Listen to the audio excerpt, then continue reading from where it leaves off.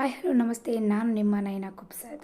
ಇವತ್ತಿನ ವ್ಲಾಗ್ನಲ್ಲಿ ನಾನು ದಿಢೀರ್ ಪಲಾವ್ ಮಾಡೋದನ್ನು ಹೇಗೆ ಅಂತ ಹೇಳ್ಕೊಡ್ತಾ ಇದ್ದೀನಿ. ನೀವು ನೋಡ್ತಿರ್ಬೋದು ಕಲರ್ಫುಲ್ಲಾಗಿ ಬರ್ತಾಯಿದೆ. ನನ್ನ ಪಲಾವ್ ಕೂಡ ಅಷ್ಟೇ ಕಲರ್ಫುಲ್ಲಾಗಿದೆ.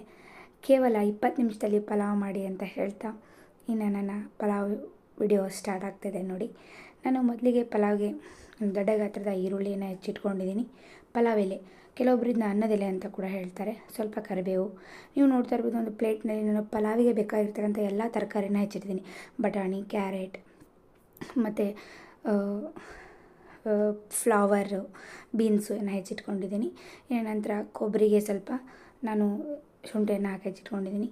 ಇನ್ನು ಇದು ಅಕ್ಕಿಯನ್ನು ನಾನು ರೆಡಿ ಮಾಡಿ ಇಟ್ಕೊಂಡಿದ್ದೀನಿ. ಸ್ವಲ್ಪ ಕೊತ್ತಂಬರಿ, ನೀರನ್ನು ಕಾಸಿ ಇಟ್ಕೊಂಡಿದ್ದೀನಿ. ನೀವು ನೋಡ್ತಿರ್ಬೋದು ಇನ್ನೊಂದು ಸಲ ತರಕಾರಿಯನ್ನು ತೋರಿಸ್ತಾ ಇದ್ದೀನಿ.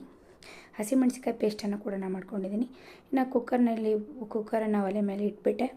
ಅದಕ್ಕೆ ಸ್ವಲ್ಪ ಎಣ್ಣೆಯನ್ನು ಹಾಕ್ತಾಯಿದ್ದೀನಿ. ನೀವು ನೋಡ್ತಿರ್ಬೋದು 2 ಟೇಬಲ್ ಸ್ಪೂನ್, ಅಥವಾ ನೀವು ಎಣ್ಣೆ ಜಾಸ್ತಿ ತಿಂತೀರಿ ಅಂದರೆ ಹಾಕ್ಕೋಬೋದು. ಇಲ್ಲ ನಿಮಗೆ ಕಡಿಮೆ ಅಂದರೆ ಸ್ವಲ್ಪ ಕಡಿಮೆನೇ ಹಾಕ್ಕೊಳ್ಳಿ. ನನ್ನ ಸಾಸಿವೆ ಜೀರಿಗೆಯನ್ನು ಹಾಕ್ಕೊಂಡೆ, ಚಟಪಟ ಅಂತಿದ್ದವು. ಈಗ ನಾನು ಒಂದು ರೌಂಡನ್ನು ಕೈ ಆಡಿಸ್ಕೊಂಡೆ. ಇನ್ನು ನಂತರ ನಾನು ಇದಕ್ಕೆ ಪಲಾವ್ ಎಲೆ ಅಥವಾ ಅನ್ನದ ಎಲೆ ಅಂತ ಹೇಳಿದ್ನಲ್ಲ, ಅದನ್ನು ಹಾಕ್ಕೊಳ್ತಾ ಇದ್ದೀನಿ. ಇದನ್ನು ಹಾಕೋದ್ರಿಂದ ಪಲಾವ್ ಟೇಸ್ಟು ಸೂಪರಾಗಿ ಬರುತ್ತೆ. ಡಿಫ್ರೆಂಟಾಗಿರ್ತಕ್ಕಂಥ ಒಂದು ಪಲಾವ್ ಟೇಸ್ಟ್ ನಮಗೆ ಸಿಗುತ್ತೆ.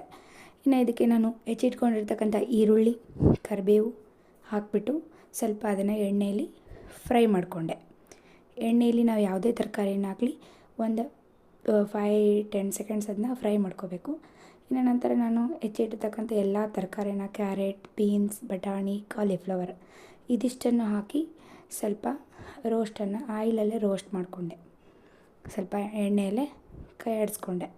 ಈ ಎಣ್ಣೆಯಲ್ಲಿ ಫ್ರೈ ಆಗೋದ್ರಿಂದ ನಾವು ತಿನ್ನುವಾಗ ನಮಗೆ ಸಿಗ್ತಕ್ಕಂಥ ತರಕಾರಿ ಟೇಸ್ಟು ಸೂಪರಾಗಿರುತ್ತೆ. ಹಾಗಾಗಿ ನಾನು ಇದನ್ನ ಎಣ್ಣೆಯಲ್ಲಿ ಸ್ವಲ್ಪ ಹೊತ್ತು ಫ್ರೈ ಮಾಡಿಕೊಂಡೆ.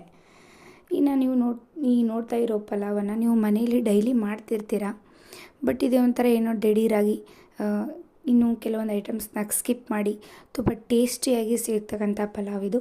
ನಾನು ರುಚಿಗೆ ತಕ್ಕಷ್ಟು ಉಪ್ಪನ್ನು ಹಾಕ್ಕೊಂಡು ಮತ್ತು ಸ್ವಲ್ಪ ಕೈಯನ್ನು ಆಡಿಸಿದೆ. ಇನ್ನು ನೆಕ್ಸ್ಟ್ ಇದಕ್ಕೆ ನಾನು ಮೆಣಸಿಕಾಯಿ ಪೇಸ್ಟನ್ನು ಹಾಕಿರಲಿಲ್ಲ. ನೀವು ಹೆಚ್ಚೆ ಹಾಕ್ಕೋಬೋದು, ಪೇಸ್ಟನ್ನು ಹಾಕ್ಕೋಬೋದು. ನಾನು 3-4, ನಾವು ಸ್ವಲ್ಪ ಖಾರ ಕಡಿಮೆ ತಿನ್ನೋದ್ರಿಂದ 3-4 ಮೆಣಸಿಕಾಯಿ ಎಷ್ಟು ಪೇಸ್ಟ್ ಆಗುತ್ತಲ್ಲ ಅಷ್ಟು ಪೇಸ್ಟನ್ನು ನಾನೀಗ ಅದಕ್ಕೆ ಹಾಕಿದೆ. ನೀವು ಕೆಂಪು ಖಾರ ಬೇಕಾದರೂ ಇದೇ ರೀತಿ ಒಗ್ಗರಣೆಯಲ್ಲೇ ಹಾಕ್ಕೋಬೇಕು. ಇನ್ನು ನಾನು ಹೇಳಿದಾಗೆ ಶುಂಠಿ ಮತ್ತು ಕೊಬ್ಬರಿಯನ್ನು ಮತ್ತು ಆಗಲೇ ಹೇಳಿರ್ತಕ್ಕಂಥ ಮಸಾಲ ಚಕ್ಕೆ, ಏಲಕ್ಕಿ, ಲವಂಗವನ್ನು ನಾನು ಕೊಬ್ಬರಿಯಲ್ಲೇ ಮಿಕ್ಸ್ ಮಾಡಿಕೊಂಡಿದ್ದೆ. ಅದಿಷ್ಟೂ ಪೇಸ್ಟನ್ನು ನಾನು ಒಗ್ಗರಣೆಯಲ್ಲಿ ಹಾಕಿ ಈಗ ಚೆನ್ನಾಗಿ ಕೈ ಆಡ್ತೀನಿ.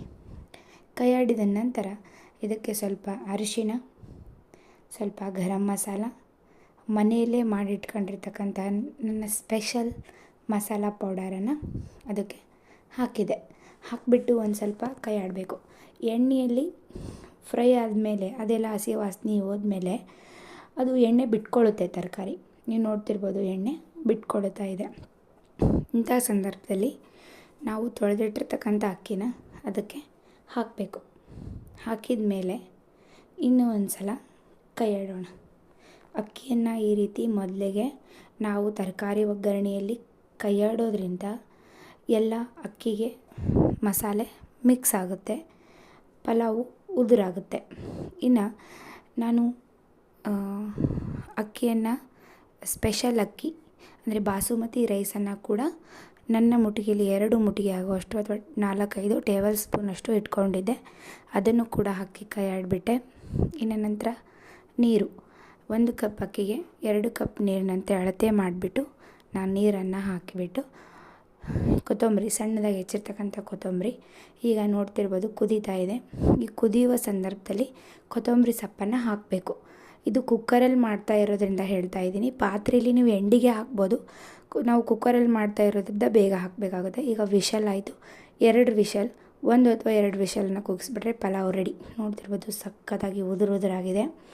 ದಿಢೀರಂತ ಮನೇಲಿ 2 ಸೀಟಿ ಹೊಡೆದ ತಕ್ಷಣ ಅನ್ನ ಹೇಗಾಗುತ್ತೋ ಪಲಾವ್ನು ಕೂಡ ಹಾಗಾಗಿಬಿಡುತ್ತೆ. ಅದ್ರ ಜೊತೆ ಸ್ವಲ್ಪ ತರಕಾರಿ ಹಾಕಿಬಿಟ್ರೆ ಮುಗೀತು ಪಲಾವು. ಇನ್ನು ಸ್ಪೆಷಲ್ ಪಲಾವು ಬೂಂದಿ ಕಾಳು ಜೊತೆಗೆ ಸೂಪರು.